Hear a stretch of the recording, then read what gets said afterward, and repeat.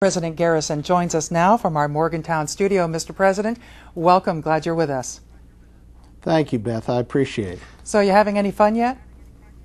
This is the best job that I know of. It's the best thing I've ever done, and I'm having a great deal of fun. I love it. You've been on campus for a few months now. Has anything surprised you? You know, probably the biggest surprise, I'm not sure I'd call it a surprise, but the thing that's impressed me the most is the level of love that people have for WVU. Whatever your touch point has been with the university, whether you went there yourself or whether you had a son or daughter go there or just know somebody who did, or you just go to the football games, people hold the university in such high esteem. It's impressed me, and I think it has surprised me just a little bit. WVU is again the #1 party school in the country. What are you going to do about that? Well, you know, right when that report came out, I spent the most of the weekend helping freshmen and their parents move into the dorms, spent time talking to nearly every one of almost 4,500 new freshmen. Very, very few of them talked to me about that ranking. And you take a look at it and you have to wonder how much validity you give it when it suggests our students don't study, but at the same time somehow know enough about the library to rank it the 5th best in the nation. Is perception, though, a problem? Perception nationally? You know, we haven't heard a whole lot about it. I think people see that ranking system for what it is.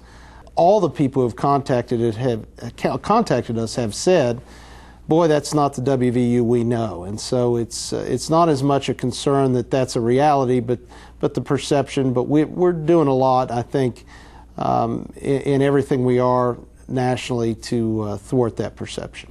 You have an inauguration speech to give very soon. Can you give us a preview of what your initiatives, what you will outline in that speech?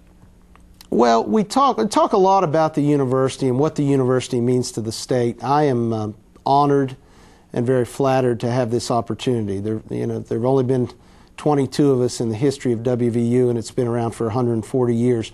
But the inauguration really is a celebration of the university. We have the good fortune of combining the inaugural celebration with Homecoming Week and Diversity Week. We're going to talk about that. We're going to talk about the university's role in moving the state forward, the university as an economic driver, rather than a money pit. We are certainly at a point in our university's history that we are nationally prominent. We're striving for international prominence.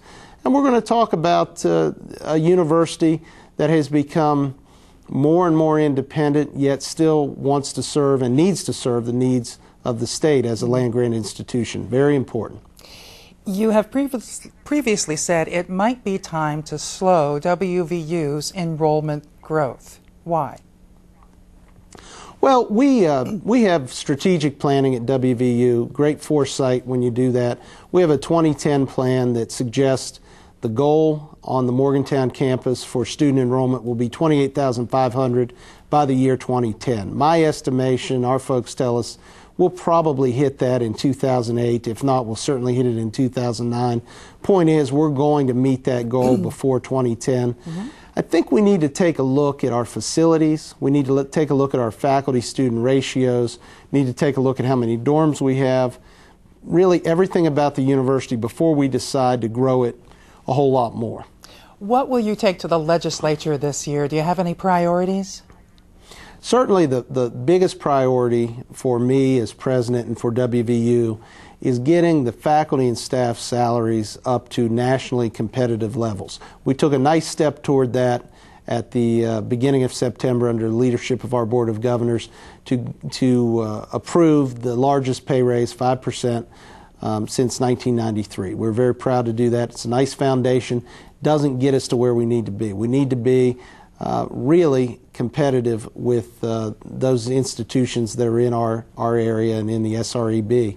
So that'll be a top priority. Another priority that you're going to hear us talking a lot about at the legislature is state-funded research. And other states do it, and they do it very well. Kentucky, for instance, has a program called Bucks for Brains. It is something that I think our state would benefit greatly from. In a nutshell, Beth, the way it works is the state will match dollar for dollar private fundraising efforts, and we're getting ready to launch into a new private fundraising campaign.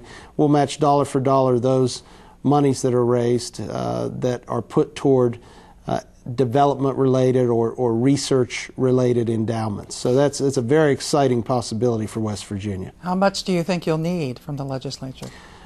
We could use a whole lot of money in the research area. You're talking in terms to make an impact as much as $50, $60, $70 million, and you've got to look at it and prioritize. In my opinion, the dollar spent on education, particularly higher education, is the dollar that's maximized and has a multiplier effect unlike any other dollar. What it does for the state, what it does for folks who want to stay in the state, study in the state, work in the state, create jobs in the state, that dollar is better spent in higher education than anywhere else.